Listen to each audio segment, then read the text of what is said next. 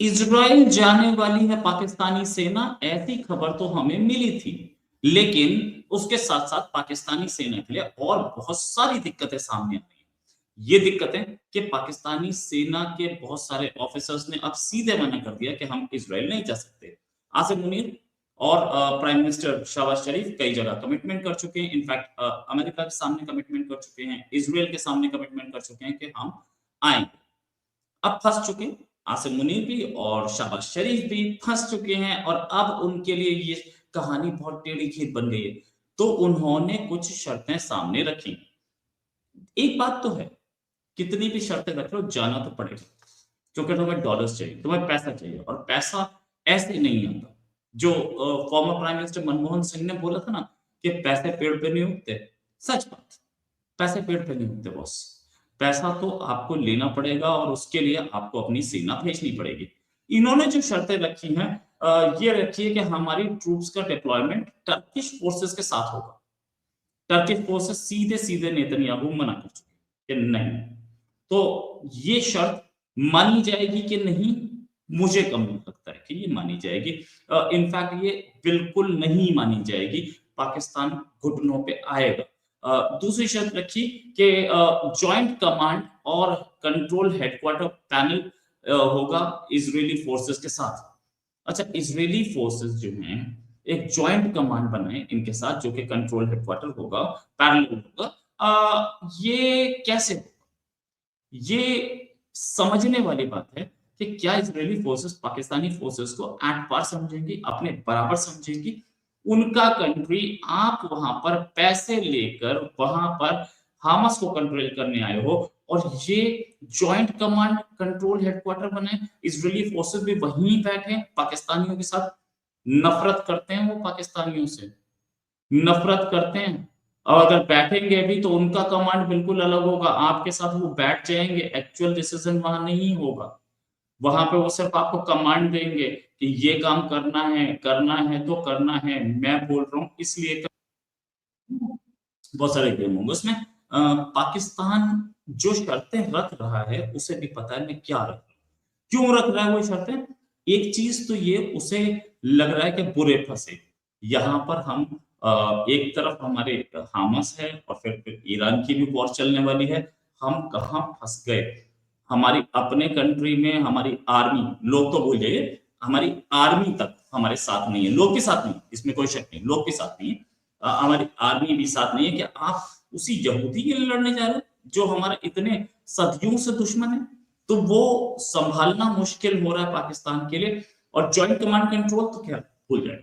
इन्होंने बोला और पैसा चाहिए हमें लड़ने के लिए, प्रिविलेजेस भी चाहिए। भाई पैसा और चाहिए, $1000 पर पर्सन आपकी कंट्री में, टू बी प्रिसाइज 3 लाख रुपए एक एक फौजी के।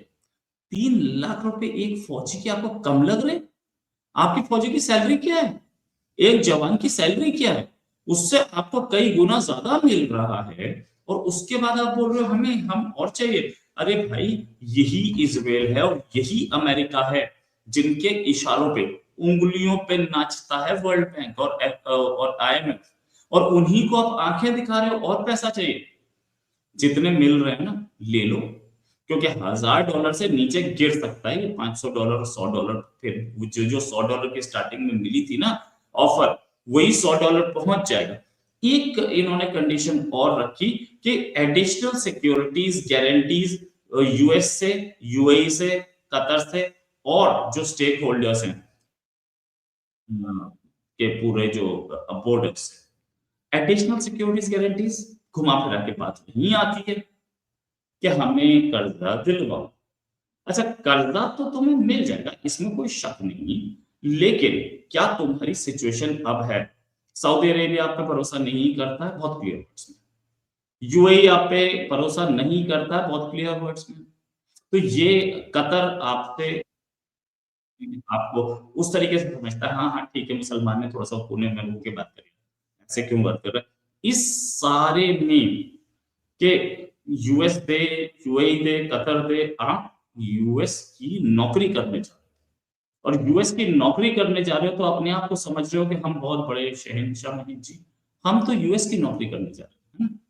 तो ये अभी खबर ये भी है कि आप कुछ ही देर में आसिम मुनीर और शहबाज शरीफ एक ब्रीफिंग भी देंगे अमेरिका को इस पर कि हम क्या करने जा रहे हैं और हम कैसे करेंगे। यूएस ऑफिशियल्स को ब्रीफिंग देंगे कि हमारी इंटरनल चैलेंजेस क्या हैं और हमें और ज़्यादा टाइम चाहिए डिप्लॉयमेंट के लिए। टाइम तो शायद नहीं मिले, सच बात ये।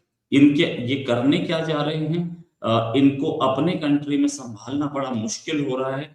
एक डोमेस्टिक अनरेस्ट हो सकता है। इमरान खान का मामला गड़बड़ा रहा है। इमरान खान, यहाँ पे एक आदमी जेल में है, एक फॉर्मर प्राइम मिनिस्टर जेल में है। इमरान खान ने रिजेक्ट कर दी है पाकिस्तानी गवर्नमेंट की और आर्मी ने जो प्लान दिया था। ये वो नहीं बोल रहे, ये राणा सनाउल्लाह बोल चुके हैं कि इमरान खान बार-बार रिजेक्ट कर रहे हैं सारी चीज़ें। इमरान खान रिजेक्ट कर रहे हैं? क्यों भैया? एक आदमी तो जेल में डाला हुआ है, बाहर आने के लिए वो कंडीशंस रिजेक्ट कर रहा है, क्यों? वो तो बाहर आना चाहता होगा ना। उसे पता है कि मेरे एक इशारे पे पूरा का पूरा इस्लामाबाद और रावलपिंडी फूँका जा सकता है, जलाया जा सकता है। इस समय सिचुएशन बड़ी एक्सप्लोसिव है। इमरान खान अपने टॉप पे हैं, अपने उरूज पे हैं और इमरान खान कुछ ऐसी सिचुएशन में है कि उनकी एक आवाज़ रावलपिंडी के हेडक्वार्टर की ईंटें नहीं मिलेंगी, ऐसी सिचुएशन है। और ये भी बोला जा रहा है कि हमें क्रिटिसिज्म हो रहा है हमारे ऊपर पॉलिटिकल राइवल से इस और मोबिलाइजेशन जो है इस्लामिक ग्रुप ये भी कर रहे हैं, साथ में रिएक्शंस आ रहा है, कुछ सिंपैथी भी है हमास के लिए हमारे कंट्री में। ये सिंपैथी किसने बनाई थी? आप ही ने बनाई थी ना।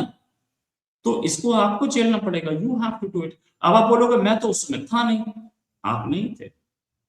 आप तो बोल रहे थे कि हमारी हिंदुओं से एस्पिरेशंस अलग हैं, हमारी हिंदुओं से थिंकिंग अलग है, हमारी डीलिंग अलग है, हम हिंदुओं से अलग हैं। तो हिंदुओं से ज़्यादा तो यहूदी अलग है ना साहब। हिंदुओं से तो आपकी लड़ाई बहुत बाद में शुरू हुई ना। य इस्लाम स्टार्ट होते ही आपकी यहूदियों से शुरू हो गई थी। तो अगर आप हिंदुओं के लिए बोलेंगे, तो क्या हर एक आम मुसलमान जो पाकिस्तान में बैठा है, वो यहूदियों के बारे में नहीं सोचेगा कि यार इनसे तो हमारी कब से लड़ाई है, तो हम इनके साथ कैसे चलें? ये ये सारी चीज़ों में एक और प्रॉब्लम आ रही है, वो ये कि ईरान और भी साथ में खड़ी है।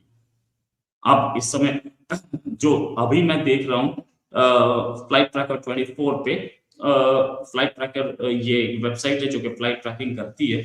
इस फ्लाइट ट्रैकर 24 पे 10 अगर टॉप की 10 ट्रैक्ड फ्लाइट्स हैं कोई, तो वो दसों की दसों या तो वो अमेरिकन एयरफोर्स की, नेवी की हैं या वो ब्रिटिश एयरफोर्स और नेवी की, मतलब नेवी के जो फाइटर जेट्स हैं उनकी है।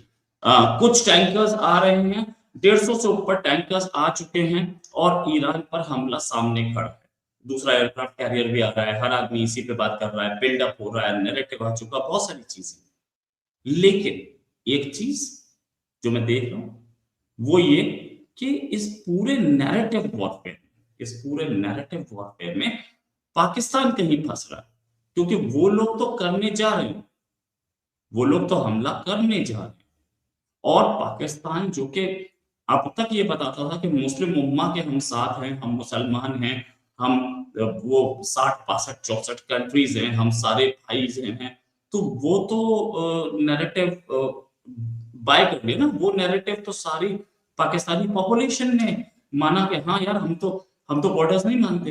अच्छा, ये बोला क्यों था? ये इसलिए बोला था कि इंडियन मुस्लिम को अपने साथ किया जाए, राइट? कि हम बॉर्डर्स नहीं मानते, हम सारे मुसलमान एक हैं।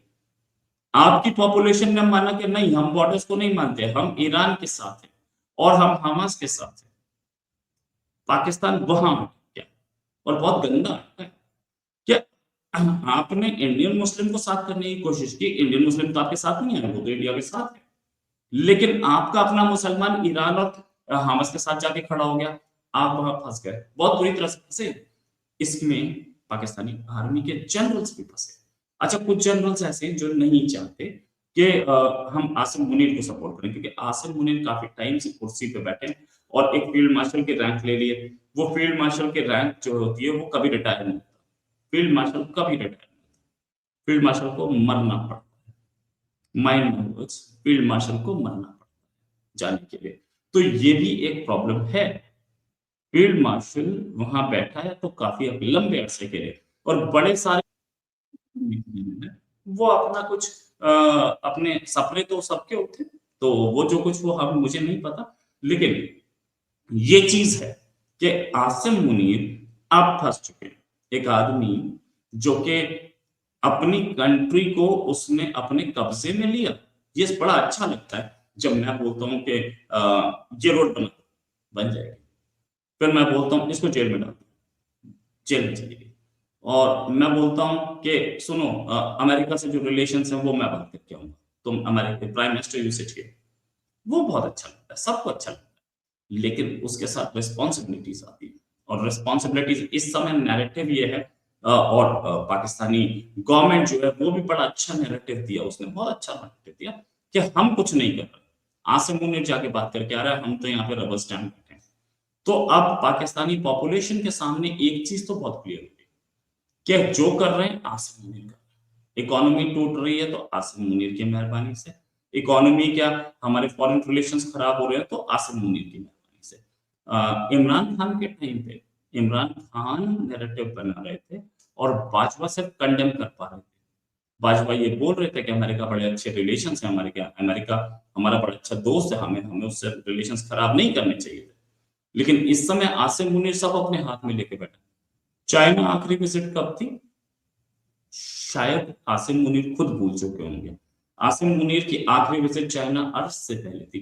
तो ये अमेरिका की गोद में बैठ करके जो ये हामास को कंट्रोल करना चाह रहे हैं, अमेरिका की गोद में बैठोगे तो हामास को कंट्रोल करना पड़ेगा, क्योंकि अमेरिका और इसराइल एक है। अमेरिका इनफैक्ट अमेरिका इसराइल की कोई बात टालता नहीं है, इसराइल हावी रहता है अमेरिका पे।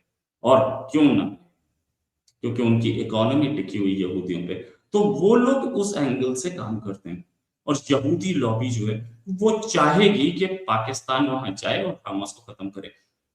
हमारे पास जो खबर है उस हिसाब से हमास के कुछ लोग गए, जाकर के पाकिस्तान गए, उन्होंने जाकर के मीटिंग्स की होगी, मुझे नहीं पता किससे मीटिंग्स की, एक डेलीगेशन उधर गया था। मतलब ऑफिशियल्स ने किससे मीटिंग की ये नहीं पता, हाँ ये जरूर है कि ये लश्कर वालों से और जैश वालों से जरूर मीटिंग हुई, ये पक्का है। लश्कर के जो ऑफिशियल्स थे उनसे मीटिंग हुई, जैश के ऑफिशियल से मीटिंग हुई, और लश्कर और जैश भी अब आसिम मुनीर के खिलाफ होती दिख रही, क्योंकि लश्कर और जैश जो है उसके हमास से अच्छे रिलेशन है। इसराइल एक ऐसा कंट्री बन के उभरा है जिसको टैकल करना पाकिस्तान के बस की बात नहीं, इतना इतना स्ट्रांग है इसराइल। अब पाकिस्तान फंस चुका है अपने ही, या पाकिस्तान बोलूं तो मैं बोलूं कि आसिम मुनीर बहुत बुरी तरह से फंस चुके हैं। शहबाज शरीफ तो अपना बोरिया बिस्तरा लेके साइड हो गए।